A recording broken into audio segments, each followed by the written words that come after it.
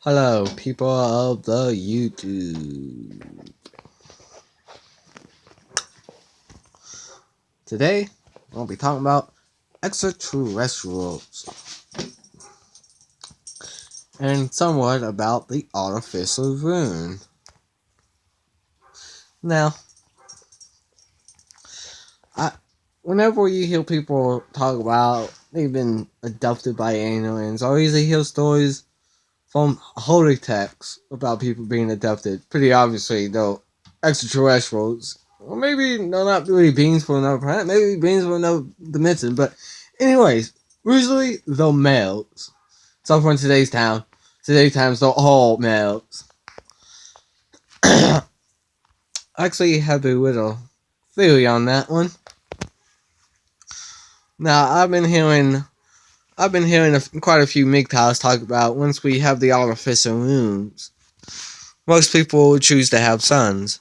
Fathers would choose to have sons. Mothers would choose to have sons.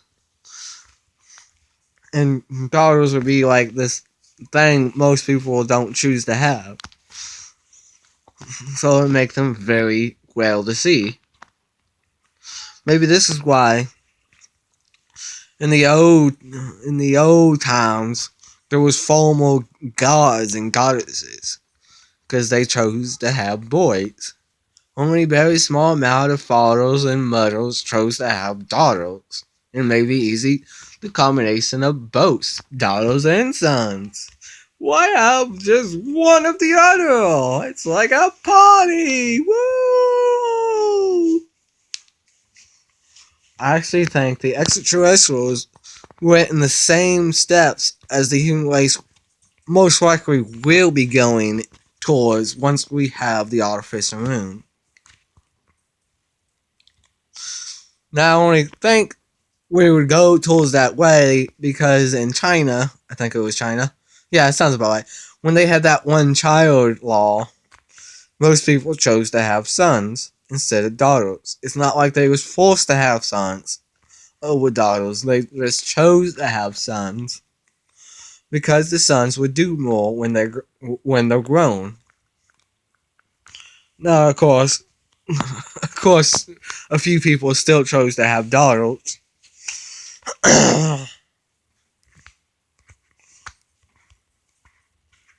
But most of them tried to have sons. And because of that, there's way too many males and not enough females.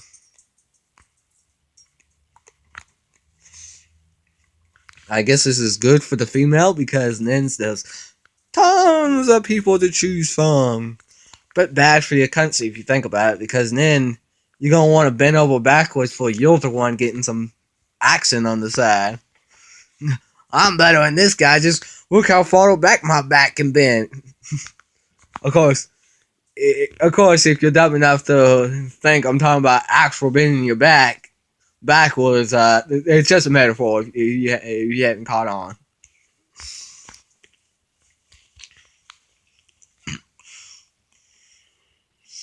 So they'd be far too busy trying to impress the women with what women say they want instead of actually building stuff. Building stuff and discovering new things, inventing new things, and getting lots of money.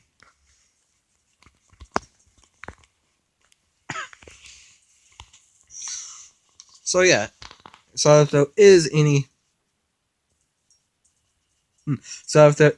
extraterrestrial life forms out there, they most likely already invented the artificial moon, because they most likely already had several collapse moments like we did, and came back like we did. Oh, and one other thing I want to bring up. Whenever people speak of the end, people mistake that as extinction. I don't know why, because when it was the end of the Roman Empire, did the human race go extinct? That looks like a human hand. When the Egyptians died off, when their empire collapsed, was that the end of the human race? That looks like a human foot. And when finally America becomes the next one, it's going to collapse. But being was so powerful, not just like us as America. I mean, like first world countries that includes Canada and Russia. I think once we collapse, they're all going to collapse with us. Maybe it'll be a few days later, so I mean, someone's got to be the first country to collapse, and probably the most powerful country will, and that's still us. And it'll be like a domino effect. The next one, the less powerful, will go down, and until you have no more wealthy countries or in debt countries. Because are you really wealthy if you're in debt? So that means the only countries to be left would be second, maybe second, and third world countries.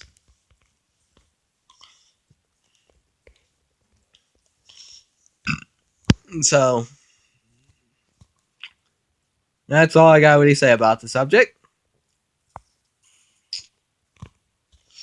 So